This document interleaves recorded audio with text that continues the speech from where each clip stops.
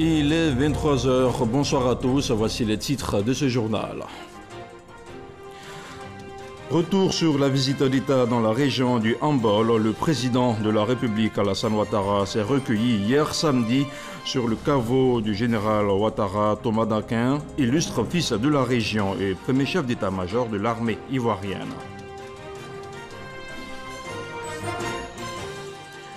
Le chef de l'État, Alassane Ouattara, va participer à la conférence internationale sur le développement durable et la dette soutenue et au sommet extraordinaire de l'UEMOA sur la sécurité. Deux rencontres qui se tiendront respectivement le 2 et le 3 décembre à Dakar, au Sénégal. Et puis les lampions se sont éteints sur la 5e édition du Sahara, le Salon international de l'agriculture et des ressources animales d'Abidjan. La cérémonie de clôture a vu la participation du Premier ministre Amadou Gon Coulibaly. L'édition 2019 aura généré plus de 238 milliards de francs CFA d'intentions d'investissement dans le secteur agricole. Bonsoir, voilà pour les titres. Il aura passé 4 jours dans le Hambol. La visite d'État du président Alassane Ouattara s'est achevée hier, samedi à Katiola. Le chef de l'État s'est recueilli sur la tombe du général Ouattara Thomas Dakin, illustre fils de la région et premier chef d'état-major de l'armée ivoirienne, Kader Sogodogo. Katiola, résidence de feu le général Ouattara Thomas Dakin.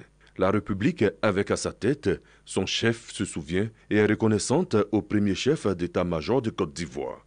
Un moment chargé d'émotion pour la famille. Au nom de toute la famille Dakin, nous vous exprimons notre infinie reconnaissance et vous témoignons toute notre gratitude.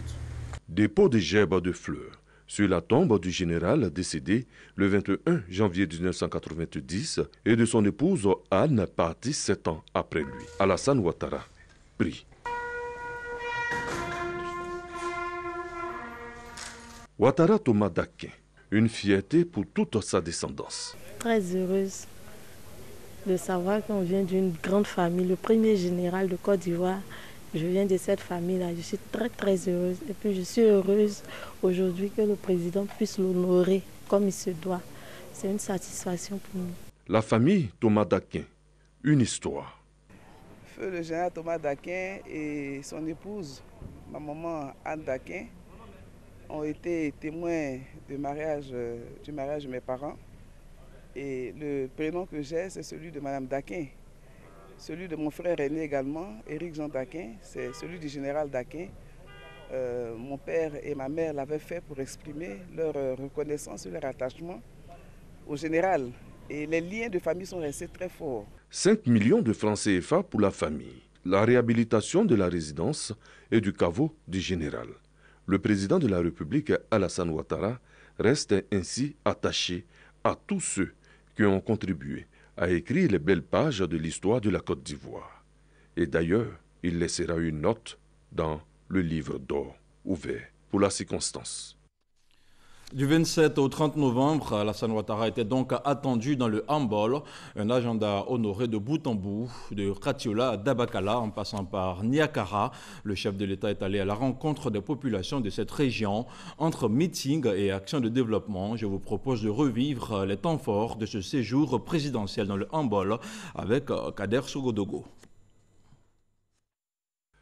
Tout commence le 27 novembre 2019 dans la matinée. Alassane Ouattara foule le sol du Hambol. Premier pas pour une visite d'État dans la région. Avec lui, toute la République, le centre d'intérêt de la Côte d'Ivoire, le lieu où toutes les décisions seront prises pendant 4 jours est Katiola. Son premier bain de foule laisse entrevoir la joie des populations de le recevoir. Après le Conseil des ministres, le lendemain 28 novembre démarre la tournée. Niakara. Les populations sont au rendez-vous de l'accueil. La mobilisation est à la dimension de l'homme d'État. La fatigue n'est pas au rendez-vous. Le chef de l'État a le temps d'échanger avec les élus et cadres des différents départements. Que dire des actions de développement? Bitume, reprofilage de routes, adduction en eau potable, mise sous tension électrique, pose de première pierre, etc. Alassane Ouattara est arrivé avec le développement. Des actions profitables aux populations. La mobilisation de Dabakala, le 29 novembre, en dit long.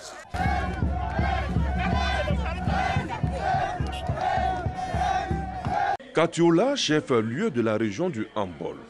Le 30 novembre, l'apothéose, une sorte de finale. Le stade Ouattara Thomas Dakin a tout simplement refusé du monde. Katiola aura respecté sa tradition de ville hospitalière. Des paroles fortes, il y en a eu. Avant la visite, le président de la République a procédé à de nombreuses réalisations au profit de nos populations et de nombreuses promesses ont été faites. Et je pense qu'après cette visite, ça va être la renaissance du handball. Nous sommes reconnaissants, indéfiniment reconnaissants au président de la République. Son nom rime avec développement. Donc aujourd'hui, nous sommes convaincus que la région du handball, qui était restée en arrière, va aller de l'avant et aller de l'avant, de l'avant, de l'avant. Le handball dans son ensemble peut se réjouir. Le chef de l'État est venu dans le handball. Des actions de développement également. Des engagements ont été pris. Alassane Ouattara est reparti. Une chose est certaine. Le handball retrouve une dynamique nouvelle. Les nuages se sont dissipés. L'espoir est à l'horizon. Et c'est un mariage impossible qui traverse le temps. Dans le handball, les Tagbana et les Mangoro sont deux peuples vivant à Katiola et qui ne peuvent prétendre convoler en juste noces. Une exigence de la transition née d'impact entre les deux peuples. Aujourd'hui encore, cet interdit demeure. Dans une société en perpétuelle mutation, les Tagbana et les Mangoro restent attachés à leur tradition. C'est un reportage signé Eugène Atoubé. Nanyankara, à l'origine village, aujourd'hui quartier de la commune de Katiola. Ici, les autochtones sont les Tagbana. Ce matin, Paulette, résidente du quartier, accompagne sa cousine Carole au domicile du chef de village. La jeune dame, arrivée de la capitale, est édifiée sur plusieurs questions touchant à la tradition en pays Tagbana. Au nombre de celles-ci, le mariage entre Tagbana et Mangoro. Quand il y a un Tagbana qui marie un Mangoro, vraiment, il n'a pas la chance. Il n'a pas la chance. On a demandé de voir, on n'a qu'à accepter, on a se marié, les vieux, ils ont dit non. Et ce n'est pas la peine de le faire. On dit quelque chose qui n'est pas bon et ce n'est pas bon. Mais pour nous expliquer le fond, pourquoi ils ont dit ce qu'ils ont dit et c'est tout. On n'a qu'à respecter comme ça. Ce que les vieux nous ont expliqué, il y a eu un pacte signé entre les deux. Bon, le Mangoro était chasseur, le Tagbana est cultivateur. Le Mangoro avait confié sa fille au Tagbana, sa fille malade. Donc lui, il va à la chasse. Quand il va à la chasse, il peut faire 2-3 mois. Tout le temps qu'il mettait en brousse, à son retour, il trouve sa fille intacte. C'est-à-dire que le monsieur n'était pas tenté de faire quoi que ce soit à la fille. Donc il a dit depuis ce jour-là que nous sommes devenus plus que frères. Les Mangoro, autres peuples autochtones de Katiola et les Tagbana, vivent en parfaite harmonie. Deux peuples frères qui partagent la même histoire et les mêmes valeurs, mais ayant chacun sa propre identité. S'il y a un intérêt de mariage entre les Tagbana et les Mangoro, c'est un pacte qui a été signé entre les deux vieux. Ils se sont dit quoi? Si on se marie entre nous, que demain, il y a un problème entre nous, qui va gérer? Qui va régler? Pour préserver l'harmonie, pour préserver l'union, ils se sont dit on ne se marie pas. À Katiola, les Mangoro peuplent les quartiers Mangoroso et Goroso qu'ils présentent comme le siège de leur pouvoir.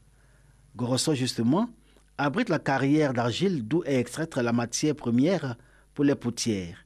Des femmes qui, malgré leur atout et leur génie créatif, sont interdites de mariage avec les Tagbana.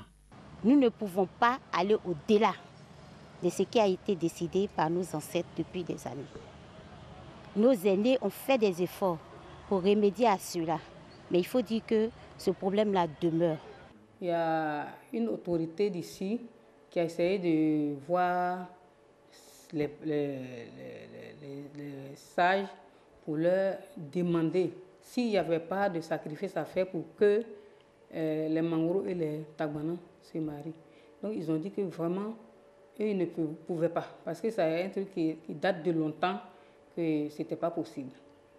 Je souhaiterais que nous suivons le chemin des ancêtres. C'est le primordial pour moi. Non loin du domicile du chef de Nanyanka, le chef de village de Gorosso, Sitigui Kone, reçoit Paulette et sa cousine Carole. L'octogénaire rappelle aux deux jeunes dames l'origine du pacte entre Tagbana et Mangoro, pacte selon lequel tout mariage entre ces deux peuples est interdit. Aujourd'hui, la jeune génération ne peut prétendre violer ce pacte qui a valeur même interdit au nom du respect de la tradition et de ses dépositaires. Deux êtres qui s'aiment ne pourront jamais cacher cette relation-là.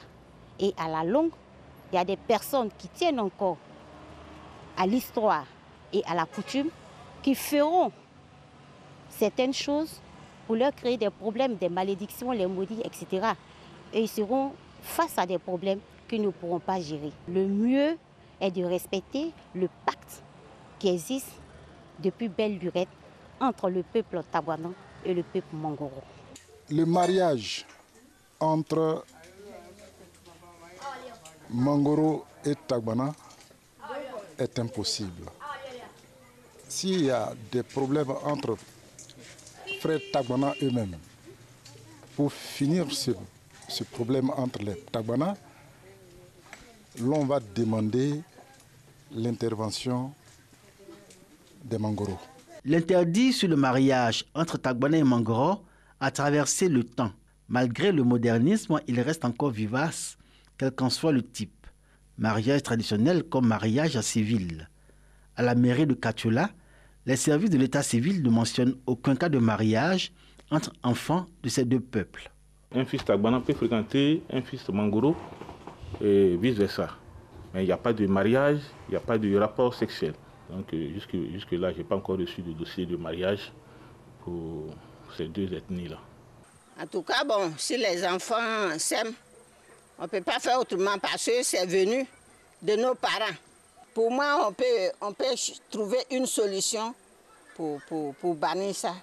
Pour les contrevenants, mais on raconte qu'ils subiront d'une façon ou d'une autre le châtiment des ancêtres. Cela a amené bien de personnes à penser que le pacte signé par les deux ancêtres de Tagbana et Mangoro était une façon de faire régner la paix, l'harmonie sociale et le vivre ensemble entre ces deux peuples. Aujourd'hui encore, ce pacte ou cet interdit conserve tout son intérêt.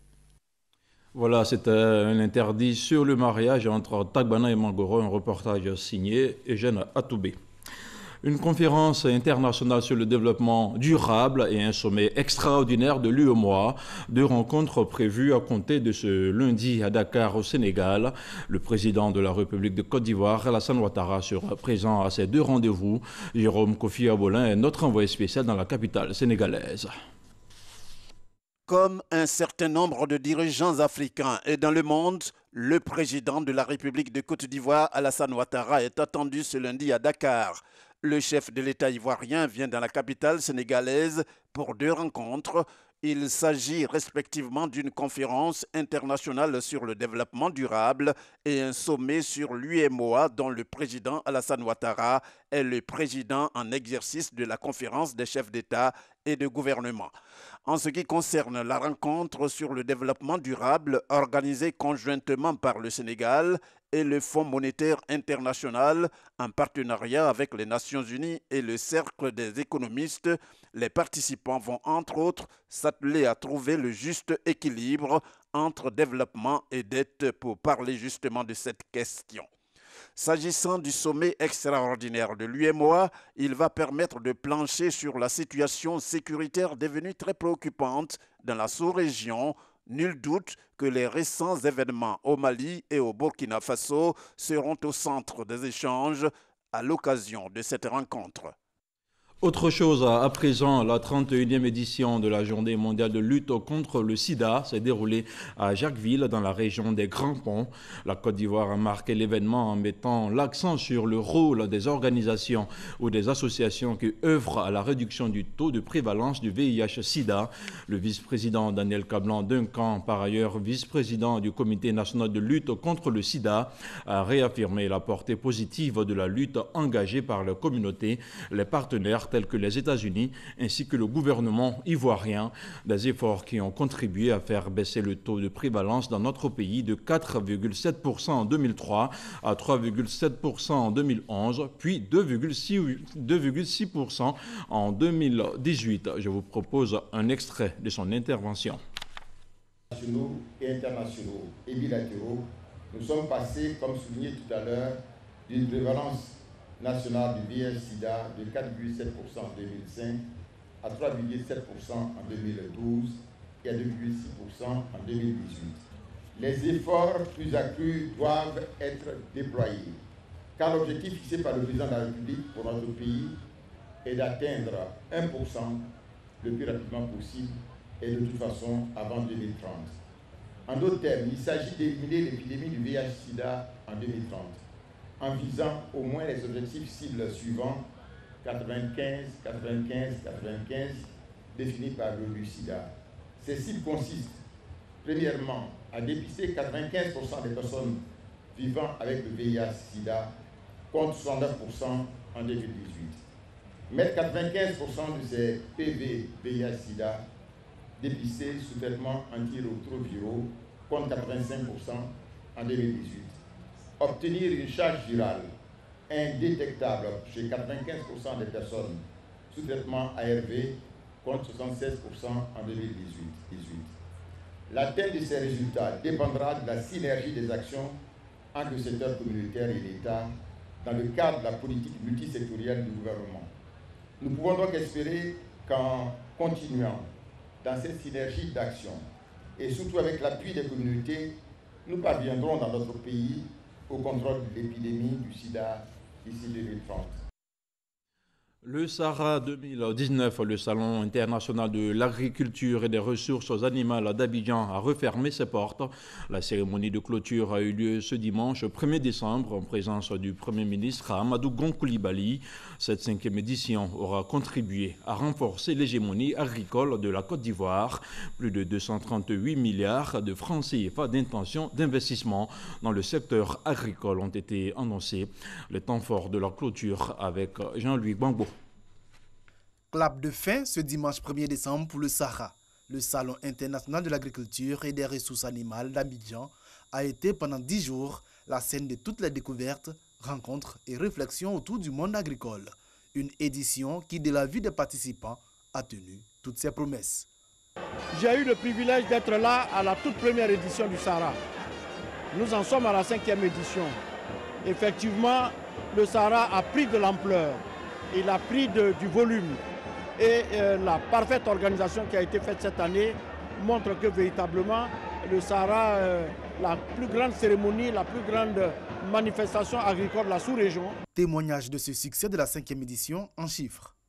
Les chiffres provisoires que nous avons, c'est 360 000 visiteurs qui ont été enregistrés contre 300 000 en 2017, une progression de 20%. Et en termes d'accords et conventions négociés, le montant se chiffre à 238 milliards de francs CFA contre 140 milliards en 2017, soit une progression, une hausse de 70%. Des records battus en termes d'affluence, mais également en termes de qualité des participants. L'on note que les experts sont venus de toutes les grandes institutions, la Banque africaine de développement, la Banque mondiale, la FAO. Les brillantes communications et les échanges qui ont suivi rendent suffisamment compte de l'intérêt réel et soutenu de tous. Parrain de cette cérémonie, le Premier ministre s'est réjoui du succès de cette 5e édition du Sahara qui contribuera à insuffler un dynamisme nouveau au monde agricole. Cela augure d'une agriculture africaine disposant d'atouts et de potentialités à même de lui permettre de faire face aux défis de la sécurité alimentaire et de la nutrition à l'horizon 2030. Le message d'espoir que nous devons retenir de ce salon est qu'il est possible de relever le défi de la sécurité alimentaire en Afrique. Oui, il est possible à l'agriculture africaine de s'adapter au changement climatique tout en ne nuisant pas à l'environnement. Le Premier ministre a également rendu un vibrant hommage aux acteurs du secteur agricole, artisans des succès agricoles de la Côte d'Ivoire. Plusieurs parmi ces derniers ont été distingués au cours de cette cérémonie dans l'ordre du mérite agricole. La clôture du Sahara 2019 a également été marquée par la distinction des meilleurs participants et surtout par la remise du prix Amadou Gon Coulibaly de la meilleure innovation dans le secteur agricole. Ce prix, doté d'un montant de 3 millions de francs CFA, a été raflé par la start-up BioSave. Et puis, en marge de la cérémonie de clôture du Sahara 2019, le Niger a offert son plus beau taureau au président Ouattara. Un taureau offert au nom du président Mahamadou Issoufou à son homologue ivoirien. Un signe d'amitié et de renforcement des liens entre les deux pays. L'animal a remporté le premier prix du plus beau taureau. Le reportage complet dans nos prochaines éditions. Le projet allemand GIZ s'intéresse depuis maintenant 3 ans à la valorisation de la pomme d'Anarcade. La transformation de ce produit ainsi que la préservation du couvert forestier était au cœur d'une rencontre au Sahara. Le compte-rendu d'Herman Guibé.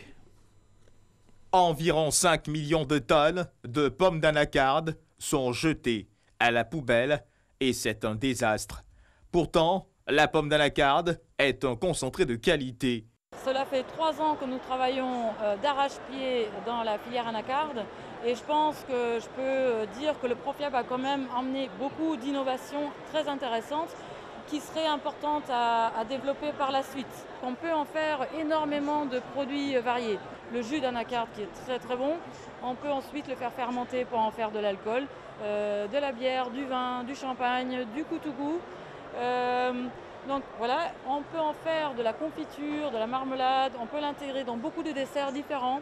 Aider les populations rurales de Côte d'Ivoire à appliquer des approches innovantes économiquement durables pour augmenter leurs revenus, et cela sans risque pour la biodiversité dans des aires protégées. C'est l'objectif général de ce programme de développement des espaces économiques et naturels, TAI et Comoé, en abrégé Profiab, présent à ce Sahara.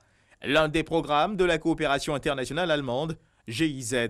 Il faut savoir que le parc de Taï, le parc national de Taï et le parc national de la Comoé sont parmi les plus grands espaces naturels protégés de l'Afrique de l'Ouest et que l'objectif ultime du programme, c'est de contribuer à la sauvegarde, à la préservation de ces deux espaces naturels-là, donc à la flore et à la faune dans ces espaces-là. Ce sont les derniers refuges de la biodiversité en Côte d'Ivoire, tout en améliorant le revenu des populations riveraines de ces deux espaces.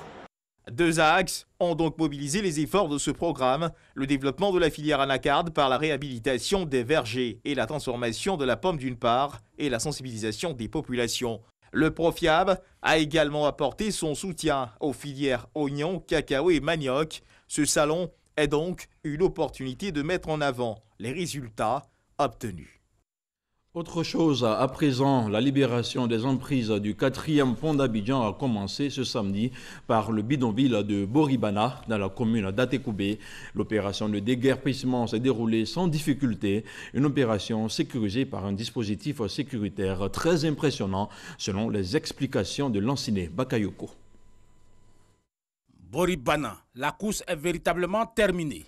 À l'offensive, ces 2 pelles hydrauliques aux dents longues, déterminé à libérer les emprises du viaduc du 4e pont d'Abidjan, occupé par 402 personnes.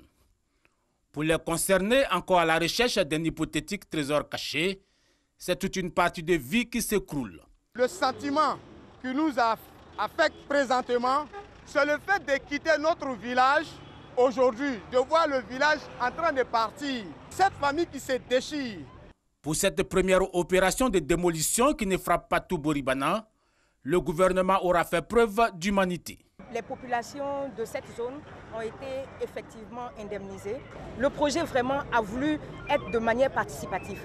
On a associé le collectif des habitants de Boribana. Vous les voyez même, ils sont avec nous. C'est avec eux qu'on a matérialisé effectivement tous les bâtis qui doivent être effectivement libérés. Pour dire qu'on vraiment on les implique au maximum dans l'opération que nous sommes en train de mener pour que ce ne soit pas une opération de force. Les propriétaires non résidents et les locataires ont ainsi reçu des chèques ou des ordres de virement.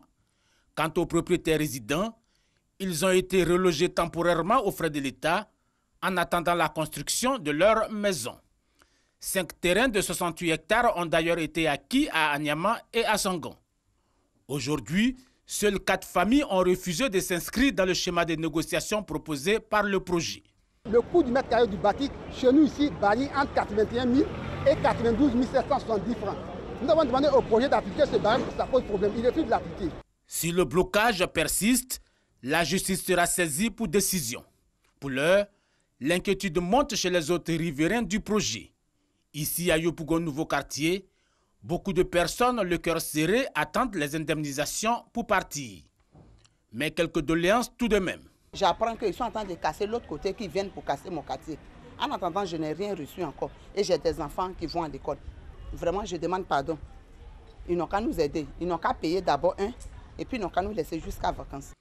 13 000 personnes sont impactées par le 4e pont d'Abidjan. D'une longueur totale de 7,2 km reliant Yopougon au plateau via Tekoubé et Adjamé, l'ouvrage est cofinancé par le gouvernement de Côte d'Ivoire et par la Banque africaine de développement à hauteur de 100 milliards de francs CFA. Dans le cadre du magazine du dimanche, Hamza Diaby recevait dans la mi-journée le commandant du GSPM, le groupement des sapeurs-pompiers militaires. Le colonel Issa Sako s'est prononcé sur la conduite à tenir face au risque de la vie courante, rappelant que le GSPM a lancé ce 1er décembre une campagne de sensibilisation à l'endroit des populations. Je vous propose de l'écouter. Cette campagne qui va démarrer aujourd'hui permettra à la population, qui est le premier maillon de la chaîne des secours, de savoir quels gestes appliquer lorsqu'il est témoin d'un sinistre, un accident ou quelque événement qui se produit dans la vie courante. Donc, ça permettra à toute la population de pouvoir porter le geste qui va minimiser les risques sur l'événement qui s'est produit. Oui. En cas d'hémorragie, qu'est-ce qu'on fait? Qu'est-ce qu'on fait tout de suite avant que les secouristes n'arrivent? Une hémorragie, c'est un écoulement abondant de sang. Elle peut être une hémorragie interne ou bien une hémorragie extériorisée. Dans ce cas-là, il suffit simplement de faire une compression directe, c'est-à-dire avec juste une protection, appliquer la main sur l'orifice qui a été lésé et maintenir la pression. Parlons à présent de culture. Le tam-tam sacré Edongbolé va se taire pour 1 an, un silence qui marque la fin de l'Abissa 2019. Le festival a officiellement pris fin hier samedi au quartier France de Grand Bassam. Le vice-président Daniel Kablan-Duncan a pris part au clap de fin de cette édition 2019, suivi de bout en bout par Issaïo. Danse sacrée, l'Abissa est une occasion pour les communiants de montrer leur maîtrise du monde ésotérique. Badigeonnée, des kaolins et tout des blancs vêtus, elle purifie et conjure le mauvais sort au sein du royaume.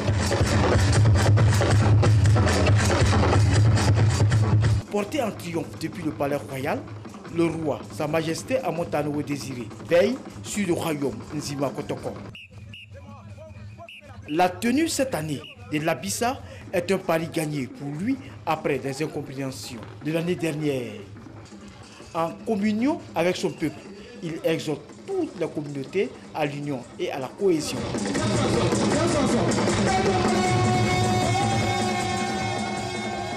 Cette fête de l'Abissa a été rehaussée par la présence du vice-président Daniel Kablan-Duncan, fils de la région. Il a apporté le soutien du président de la République, Alassane Ouattara, et du gouvernement au peuple Nzima pour cette célébration de la tradition. Nous gardons toujours les pieds dans la tradition. Nandri Bokafoué Firmin, le nouveau chef du village de Gaumont, dans le département de Sikensi. La cérémonie d'intronisation a eu lieu samedi au stade du village en présence des ministres Albert Mabritouakus et Maurice Kwaku-Bandama. Les deux émissaires ont traduit le soutien du gouvernement au nouveau chef et son engagement à œuvrer pour le bon fonctionnement de la Chambre des rois et chefs traditionnels de Côte d'Ivoire. Place à présent à l'actualité en 7 jours sur le continent et ailleurs dans le monde avec Lydie Sadia et Salimatou Dia.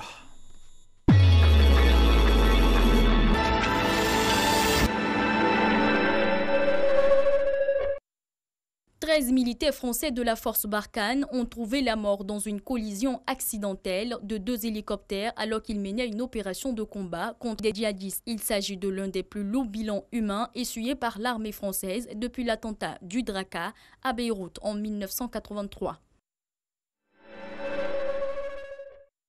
Un puissant tremblement de terre de magnitude 6,4 a frappé l'Albanie aux premières heures, faisant un bilan provisoire de 22 morts et environ 600 blessés et des dégâts matériels. Le Premier ministre a annoncé une journée de deuil national le lendemain mercredi. La nouvelle Commission européenne, dirigée par l'Allemande Ursula von der Leyen, a remporté le vote de confirmation du Parlement européen. Les députés ont approuvé le nouvel exécutif européen par 461 voix contre 157. L'ancienne ministre de la Défense est la première femme à être élue à la présidence de la Commission européenne. La justice guinéenne a remis en liberté provisoire les principaux leaders du FNDC, condamnés le 22 octobre dernier à de la prison ferme. Ils sont accusés d'avoir appelé à manifester contre le projet de nouvelle constitution qui pourrait ouvrir la voie à un 3e mandat du président Alpha Condé. Leur procès en appel est prévu pour le 5 décembre. Le Premier ministre irakien Adel Abdelmahdi annonce qu'il va présenter sa démission au Parlement au lendemain de l'une des journées les plus violentes en Irak en 2 mois de contestation. Cette décision intervient après le sermon du grand ayatollah al-Sistani appelant les députés irakiens à retirer leur confiance au gouvernement. L'auteur de l'attaque au couteau qui a fait 2 morts vendredi à Londres avait déjà été condamné à 16 ans de prison pour des infractions terroristes avant d'être remis en liberté conditionnelle en décembre 2018. L'assaillant, Ousmane Khan, un homme de 28 ans, a été abattu. Le président namibien sortant a été réélu avec 56,3% des suffrages exprimés, un score en baisse par rapport aux 86% qu'il avait obtenu il y a 5 ans. Le chef de l'organisation du peuple du sud-ouest africain SWAPO, parti au pouvoir, dévance largement Panduleni Itula, candidat dissident de la SWAPO, qui a obtenu 30% des suffrages.